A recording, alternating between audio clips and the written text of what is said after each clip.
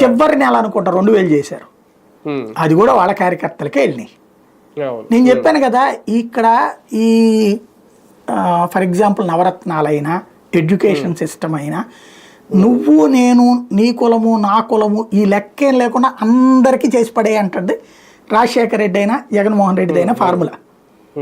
ఓ restriction ఉండాలా, ఒక లెక్క ఉండాలా, ఓ పత్రం ఉండాలి అనేటటువంటిది వీళ్ళ ఫార్ములా. ఇది సింపుల్ లాజిక్ అనమాట, వీళ్ళిద్దరి మధ్యన తేడా. ఇప్పుడు అందరికీ ఇచ్చేస్తారు వీళ్ళు. ఇప్పుడు ఉన్న పెన్షన్లే తీసేస్తామంటున్నారు, ఉన్న రేషన్ కార్డులే తీస్తామంటున్నారు, ఉన్న ఇళ్లలోనే పీకుతామంటున్నారు అనర్హుల పేరుతో.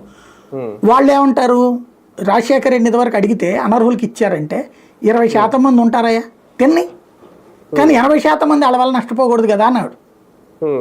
వీళ్ళు ఏమంటారు, 20% అనర్హుల పేరుతో 80% ఆపుతారు. అది వీళ్ళిద్దరి మధ్యన ఫార్ములా తేడా. ఫైనల్గా మెడికల్ కాలేజీలు నిజంగా ప్రైవేటీకరణ చేసే ఉద్దేశంలోనే ఉందా ప్రభుత్వం? ఇప్పుడు దాన్ని నిలదీయాలనుకుంటుందా వైసీపీ నిలదీస్తుంది. కానీ జనంలో స్పందన రాకపోతే ఇప్పటికే 750 సీట్లు నష్టపోయాం మనం.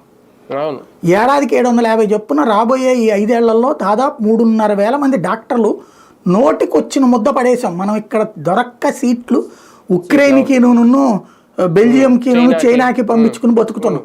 అట్లాంటిది మన రాష్ట్రంలో మనకు వస్తుంటే ఏ మధ్య తరగతి అయితే చంద్రబాబు నమ్ముతారు, ఎగువ మధ్య తరగతి